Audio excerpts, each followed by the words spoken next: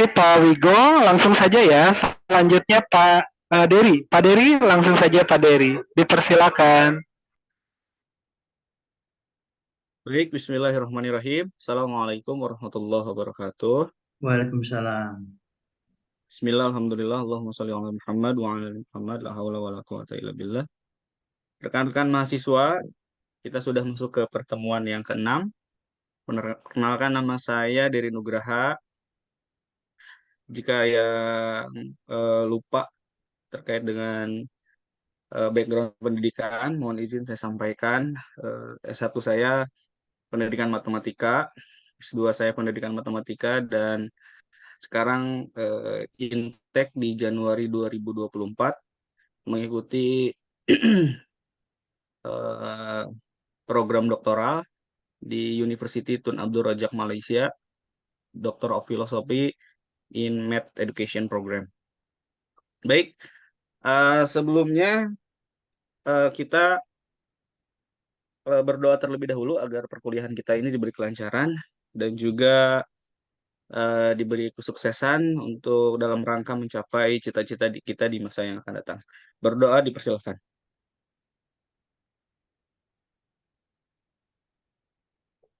Oke, berdoa selesai.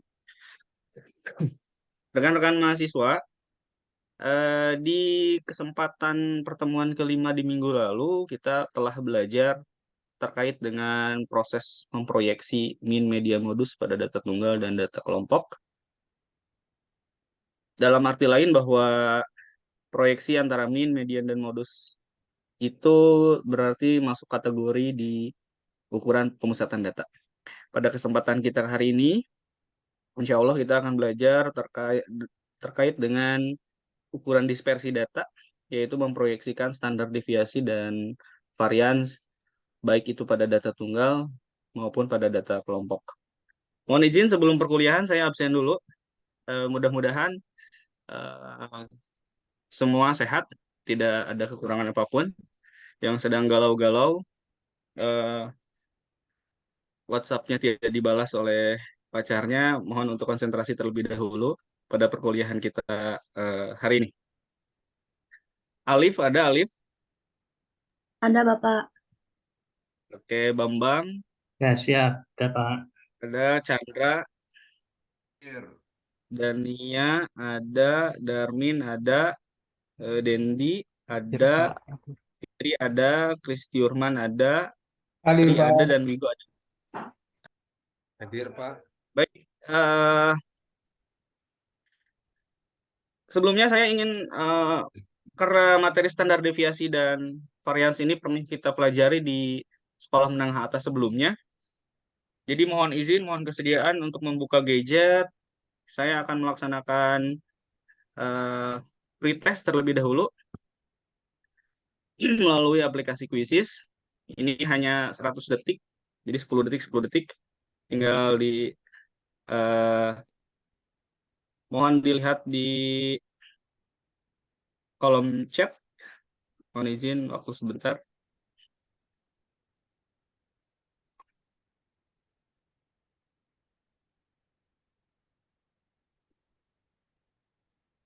Ya, nanti tidak usah memasukkan kode kelas karena nanti saya akan memberikan link kelasnya langsung. Ya, tidak terlalu sulit karena di pretest ini kalian hanya akan menentukan, memilih choices saja, benar salah seperti itu.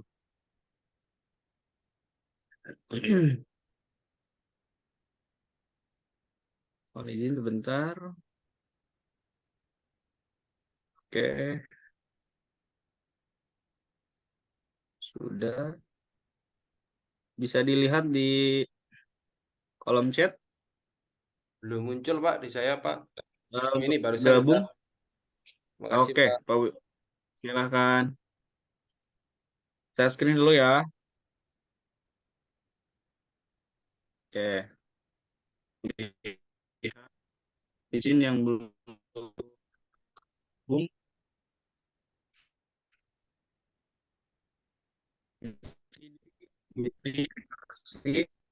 dan terima kasih yang sudah bergabung. Iya, nanti bisa digantikan ya.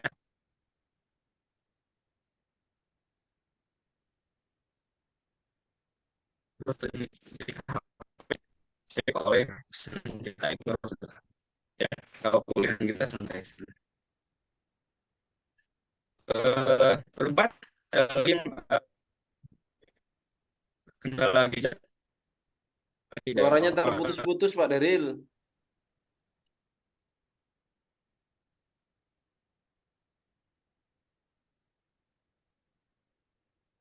Mungkin saya untuk mulai saja.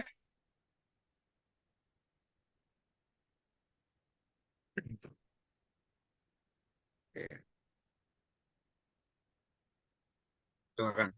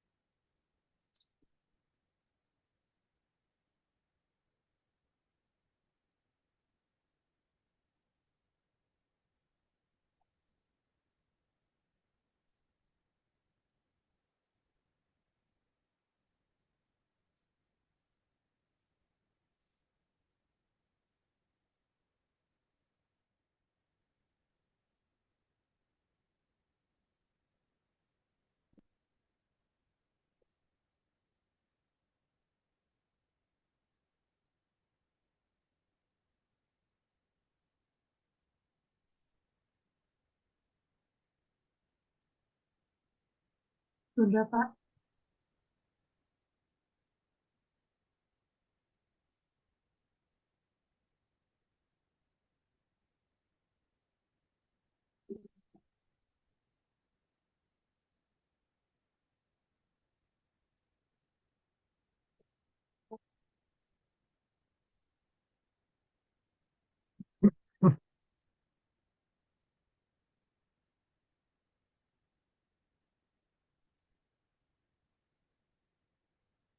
Hmm.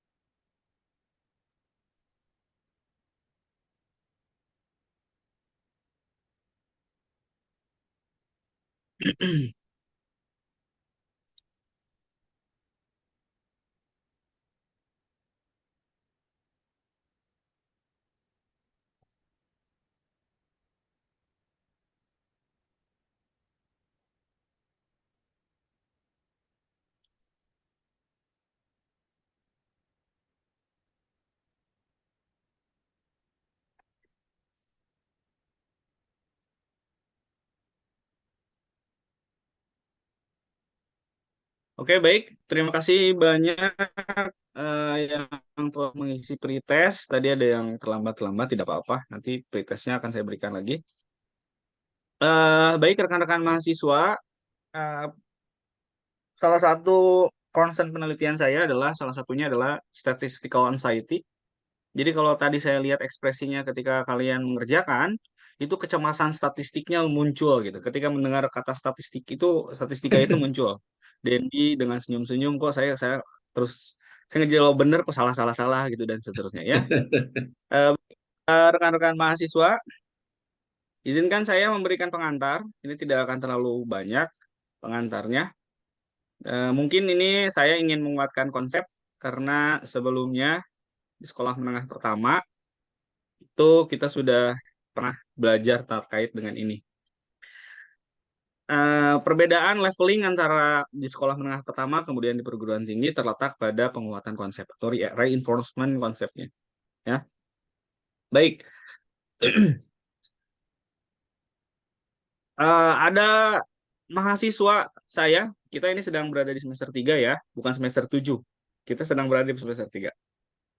Ada mahasiswa saya punya keanggotaan itu keluarga ada 6. Keanggotaannya terdiri dari ayah, kemudian ibu, anaknya ada 4. Si anak pertama ini yang kuliah di Universitas Linggabuana, ya. Kemudian dia iseng, di anggota keluarga itu dari 6 anggota keluarga dia ukur tinggi badannya. Kemudian dia dapat 173, 147, 140, 163, 146, 161. Sebetulnya bukan iseng ya, tapi karena saya suruh aja di pertemuan sebelumnya, tolong ukur tinggi badan masing-masing keluarga. Oke, muncul hal pertama di benak dia adalah dari 6 orang anggota keluarga saya, siapa yang masuk kategori tinggi, siapa yang masuk kategori pendek. Dilihat dari tinggi badan. Oke. Kemudian dia membuat gambar ilustrasi seperti ini. Oke, dia berikan ke saya, dia gambar, ini ayah, ini ada ibu. Nah, ini dia anak pertama, kemudian ini ya kedua, ketiga, keempat. Oke. Ya, diilustrasikan karena tinggi badan. Kalau kita langsung ke angka-angka mungkin eh, konstruksi antara abstrak ke konkretnya agak eh, lewat gitu, loncat gitu. Oke. Setelah dia mengilustrasikan, berarti dia harus di benak dia adalah memunculkan standarisasi. Standarisasi. Standarisasi ini untuk mana saja yang tinggi, mana saja yang pendek. Standarisasi ini tidak bisa serta-merta apa si dia ini yang anak pertama bahwa saya sebagai standarnya. Tidak bisa seperti itu. Kita harus buat dari ke-6 orang ini standarisasinya. Oke. Maka hal pertama dan hal kecil yang paling yang sederhana yang dipikirkan adalah dia menghitung rata-rata tinggi badan anggota keluarganya. Oke. Dia masukkan X bar untuk min, satu kerataan atau rata-rata si ayah, anak ketiga, anak keempat, anak kedua, anak ibu, dia. Maka dia dapatkan rata-ratanya 155. Karena dia cerdas, saya masukkan kembali ke tadi, ilustrasi yang tadi. Dia buat garis. Kalau dijejarin nih anggota keluarga saya dijajarkan, ini dia buat garis dan di sini dia buat patokannya 155 cm. Ternyata ketika saya buat standarisasi atau rata-rata min tadi, ternyata kalau dilihat ada yang di atas, si ayah di atas 155, si ibu dan saya dan anak pertama tadi di atas 55. Dan ada yang di bawah 55, 155. Oke. Kemudian dia juga berpikir kembali, kalau cuma seperti ini nggak kelihatan, saya akan tampilkan, saya akan proyeksikan sedemikian rupa di slide selanjutnya. Wah, ini adalah mahasiswa. Ini patokannya 155. Ini saya, ini ibu tingginya yang tadi. Ini ayah. Ini anak kedua, ini anak keempat, ini anak ketiga, dan ini dia dia yang melakukan penelitian karena dia yang kuliah semester 3 di Universitas Lingga Buana. Wah, ketika tadi gambar diilustrasikan, kemudian dimunculkan angka-angkanya, ini udah lebih konkret nih, udah lebih kelihatan. Ya, setelah muncul istilah 155, setelah muncul gambar ini, bolehkah saya menarik kesimpulan kategorian? Boleh. Siapa yang tidak boleh menarik kesimpulan ya? Analogi kecil aja jika ada dua mahasiswa beda pasangan, beda pasangan, beda jenis kelamin, heterogen jenis kelamin, berangkat kuliahnya bareng, pulang kuliahnya bareng, kita juga bisa menarik kesimpulan kecil. Oh, berarti dia sedang punya hubungan. Karena kalau nggak punya hubungan nggak mungkin atau hubungannya terserah itu teman kah, atau hubungan istimewa kah dan lain sebagainya. Oke. Sebelum menarik kesimpulan, dia menyelesaikan. Dia selisihin dulu deh antara masing-masing tinggi badan, ke rata-rata. Oke. Masing-masing tinggi badan ke rata-rata. Si ayah ternyata selisihnya 18 cm. Anak ke dua selisihnya 8 cm. Anak keempat selisihnya 15 cm. Ibu 8 cm. Anak dan 3 9 cm. Dan saya 6 cm. Ini selisih. Ada yang di atas, ada yang di bawah. Selisih itu tidak menggunakan negatif. Ya. Makanya kalau dalam bahasa Indonesia, Kamus Besar Bahasa Indonesia, mungkin arti kata selisih ini harus lebih di apa kan ya? Kalau di matematik selisih itu tidak ada yang negatif.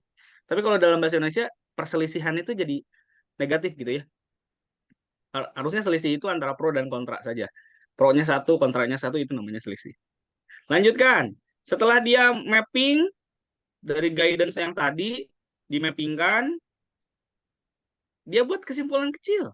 Dia buat sederhana. Oh, ternyata dalam anggota keluarga saya ada yang tinggi dan ada yang pendek. Dia cuma melihat siapa yang di atas rata-rata dan di bawah rata-rata. Luar biasa, mahasiswa sudah mulai mapping gitu ya di anggota keluarga saya, siapa yang berapa orang yang di atas rata-rata, di bawah rata-rata. Oke, apakah cukup seperti ini kesimpulannya? Untuk meningkatkan ini, karena kalau kesimpulan itu, hipotesa itu harus ini. Nah, ini ya, reliable. Oke. Kalau tadi hanya di atas rata-rata, memang kesimpulannya betul. Semua orang di seluruh dunia juga pasti setuju dengan kesimpulan ini. Tapi karena kita adalah seorang akademisi, wajib dua hal ini yang oke, bagaimana supaya valid dan reliable? Maka agar menjadi valid dan reliable, dia mau mengukur nilai varians. Oke. Nilai varians itu dari mana, Pak? Oke, nilai varians itu ini rumusnya. Nah, kalau anak SMA, guru SMA itu langsung. Kalau untuk menghitung varians gini ya, 1 per sigma I sampai dengan 1, X1 pernah dikuadratkan. Wah, itu guru SMA. Kalau kita, karena kita yang akan menjadi guru, kita harus paham dulu konsepnya, gitu ya. Oke. Ini seperti biasa keterangannya, V untuk variance, number of person, kemudian the size of each person, artinya ini data masing-masing, ini untuk rata-rata. Oke, ini data ilustrasi yang tadi digambarkan, kemudian dihitung variansnya. Si ayah dikurangi dengan rata-rata jadi 18, karena tadi selisihnya. Kemudian dikuadratkan. Selisih dikuadratkan, begitupun seterusnya. Selisih dikuadratkan, dibagi dengan jumlah populasi. Maka dia dapatkan 132,33. Ini untuk nilai varians di keluarga dia. Kemudian setelah nilai variansnya dapat, maka dia melanjutkan dengan menghitung standar deviasi. Oke, ini pun sama. Sigma untuk standar deviasi, kemudian ini untuk data masing-masing, ini untuk rata-ratanya. Oke. Dia hitung hasilnya adalah, mohon izin, 11,5. Padahal tadi variansnya adalah 132,33. Untuk kita konversi menjadi standar deviasi itu tinggal di square root atau akar pangkat. akar pangkat dari 132,33. Maka ini akan jadi sama yang tadi. 11, sekian gitu ya. Oke. Ini masih bentuknya abstrak, kita nggak tahu di keluarga saya berapa sih. Kemudian si mahasiswa tadi membuatkan range. Jadi arti standar deviasi dan varians itu membuat range. Kesimpulannya ke range atau jangkauan. Dari 155 rata-rata, itu ada range-nya ke atas, toleransi range-nya adalah 11,5, dan ke bawah juga 11,5. Kemudian dia blok menjadi warna merah, semuanya ini warna merah, warna merah, warna merah. Yang masuk di warna merah itu termasuk kesimpulannya tinggi rata-rata. Tinggi rata-rata. Kalau lebih besar dari yang warna merah, itu masuk kategori tinggi. Sedangkan kalau kurang dari warna merah, itu kategori rendah. Ini sudah valid dan reliable. Wah, udah keren. Jadi disimpulkan, ternyata di keluarga saya yang tinggi itu cuma si ayah. Kenapa? Karena 133 masih di range jangkauan rata-rata. 161 juga demikian. 140 apakah masih di range rata-rata? Bisa dikurangi saja 100. Rata-ratanya 155 cm. Kurangi range-nya 11,5. Maka ini akan didapatkan angka toleransinya di sini 143,5. Berarti yang si anak 140 ini adalah kategorinya pendek. Tidak bisa dia ngeklaim, Pak, saya sudah masuk. Enggak, karena ini ada range-nya. Terakhir dari saya, terkait dengan konsepsi standar deviasi, jika populasi itu sama dengan sampel, maka pergunakan yang ini. Ininya ya, fokuskan perhitungannya. Karena saya sudah share juga video tutorial saya di YouTube, kemudian di LMS juga sudah disediakan, bahan ajarnya juga sudah disediakan, bentuk PDF, dan slide PowerPoint-nya juga untuk perhitungan sudah saya sediakan. Oke. Sedangkan kalau yang kedua, menghitung standar deviasi, kalau misalnya populasinya sampel yang tadi 6 ini adalah mewakili satu RT, rukun tetangga, maka ininya wajib menggunakan 1 dibagi N/1. Itu untuk rumus ketentuan standar deviasi. Begitupun untuk varians. Kalau populasi sama dengan sampel, pakai yang ini. Kalau sampel itu mewakili populasi, estimasinya menggunakan yang ini. Baik, izin saya untuk stop share dulu. Karena saya lihat muka-mukanya sudah luar biasa. Silakan berkelompok. Yang absensi dari 1 sampai 4 itu kelompok 1, absensi 5 sampai 10 itu termasuk Budania kelompok 2. Ini saya sudah sediakan lembar kerja mahasiswa. Mudah-mudahan terlihat lembar kerja mahasiswa. Oke, lembar kerja mahasiswanya sudah saya sediakan. Ini per kelompok, silahkan sekarang langsung dikerjakan walaupun via Zoom. Nah, ini case study-nya juga hampir sama. Kalau tadi tentang tinggi badan manusia, sekarang agak ini mohon izin menggunakan kata-kata bahasa Inggris karena mungkin keterukurannya lebih tepat gitu ya. Ada 5 anjing. Di first step-nya kalian harus menemukan rataan, find the mean. Kemudian setelah find the mean, nanti di sini bisa dilihat. Kemudian give a mark, kemudian tandai rata-rata yang tadi. Kemudian kalau sudah calculate each dog difference, artinya selisih yang tadi dari mean. Kemudian isikan ke tabel yang sudah ada. Dan yang terakhir, hitung varian, kemudian hitung standar deviasi. Setelah hitung varian dan standar deviasi, masukkan range-nya supaya kelihatan seperti tadi, dan buat sebuah kesimpulan. Apa itu varian, apa itu standar deviasi. Ini lembar kerjanya dikerjakan, saya beri waktu nanti kurang lebih 20 menit. Setelah nanti 20 menit, akan ada soal tes. Soal tesnya ini langsung ke, mohon izin untuk stop share karena LKS-nya sudah bisa dilihat. Untuk di soal tesnya, setelah selesai berkelompok, nanti kalian bisa berpencar kembali ke habitatnya masing-masing, dan nanti ini bisa soal tesnya, baca petunjuknya. Yang pertama, soal pertama ini menghitung standar deviasi dan varian untuk data tunggal. Kemudian yang kedua ini untuk data berkelompok menghitungnya ya. Nanti bisa diisi untuk masing-masing, nanti langsung dikumpulkan ke LMS, diupload. Dan nilai tambahan ada selain selama kalian mengerjakan penugasan kerja sama lembar kerja, saya akan melihat menilai keterampilan kalian, keterampilan kerja sama kalian di kelompok ini, lembar penilaian keterampilan. Untuk rubrik penilaiannya ada 4 yang saya tekankan. Ada yang memahami masalah, strategi merencanakan strategi pemecahan masalah, melaksanakan strategi masalah, dan menulis kesimpulan. Ini yang menjadi penilaian observasi untuk penilaian keterampilan. Begitupun untuk penilaian sikap, saya tetap akan menilai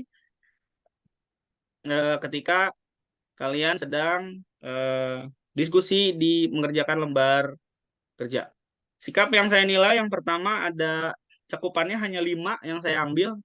Mudah-mudahan bisa terlihat. Ada 5 yang saya ambil, yaitu jujur, disiplin, tanggung jawab, kerjasama, percaya diri. Ini ya saya lihat selagi kalian mengerjakan lembar kerja secara kerjasama ya, berdiskusi secara kelompok. Oke, nanti diakhiri dengan lembar tes yang tadi sudah saya berikan. Sampai sini ada yang mau ditanyakan? Atau sudah cukup luar biasa rumit? Waktunya 3 menit lagi ya Pak. Oh, baik Pak. Terima kasih. Ada yang mau ditanyakan? Oh, boleh Bu Fitri, silakan, mohon izin. Ya, Bapak izin bertanya Pak terkait standar deviasi dan varians ini. Pada saat kita melakukan analisis statistik, kenapa diperlukan ya Pak? Mohon arah. Terima kasih. Oke, baik. Terima kasih Fitri. Karena waktu kita terbatas, mungkin pertanyaannya satu saja ya, yang ini Fitri saja. Kita harus selesaikan. Kenapa penting dalam analisis statistik? Karena seperti yang tadi saya sampaikan bahwa standar deviasi itu mengukur sejauh mana data dari sebuah himpunan itu tersebar dari nilai rata-rata. Jadi kalau kalian nanti penelitian, yang penting itu penyebaran datanya. Kemudian ketika nanti kesebarannya terlihat, maka akan muncul manfaatnya. Yang pertama adalah kita akan paham pola data. Yang kedua adalah kita bisa mengidentifikasi outlier. Outlier di penelitian ini penting banget. Nanti semester 7 kalian belajar lagi. Dan yang paling penting adalah kita bisa membuat keputusan.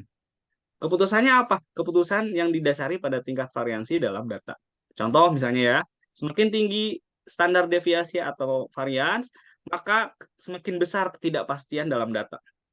Kalau standar deviasi dan variansnya rendah, itu berarti artinya data terkonsentrasi di sekitar rata-rata gitu. Di sekitar rata-rata. Maka itu nanti berhubungan dengan kurva normal dan seterusnya dan seterusnya. Terima kasih Fitri atas pertanyaannya. Sekali lagi saya sampaikan sebelum kita tutup perkuliahan ini. Yang pertama adalah bahan ajar sudah saya share di LMS. Yang pertama adalah bentuk PDF, bentuk bahan ajar buku. Kemudian yang kedua juga ada slide PowerPoint. Dan yang ketiga adalah slide video tutorial mengajar saya terkait dengan standar deviasi. Di YouTube juga yang terhubung ke LMS. Nanti penugasan juga nanti bisa dilihat di LMS. Saya beri waktu 3 hari. Jadi nanti kita ketemu lagi tanggal 19 September secara daring. Saya akan nagih gitu. Pukul 23.00 saya akan mulai menilai gitu ya untuk penugasannya. Mungkin itu saja untuk pertemuan kita pada kesempatan kali ini. Selebihnya saya mohon maaf yang sebesar-besarnya. Terima kasih banyak atas segala atensi. Mudah-mudahan ini menjadi wasilah, menjadi juga batu loncatan bagi kita untuk mewujudkan cita-cita di masa yang akan depan. Bila bisa bilhaq, assalamualaikum warahmatullahi wabarakatuh. Waalaikumsalam warahmatullahi wabarakatuh. Ya, terima kasih Pak Dery. Kalau saya perhatikan antara pemateri satu, Pak Dendi, kemudian Pak Wigo, terus Pak Dery semakin melengkapi nih. Artinya bahwa apa nih kekurangan saya tadi ya? Kekurangan saya yang kedua apa ya? Yang ketiga apa? Nah, ini kalau saya perhatikan saling melengkapi. Terima kasih Pak Dery, keren juga ya.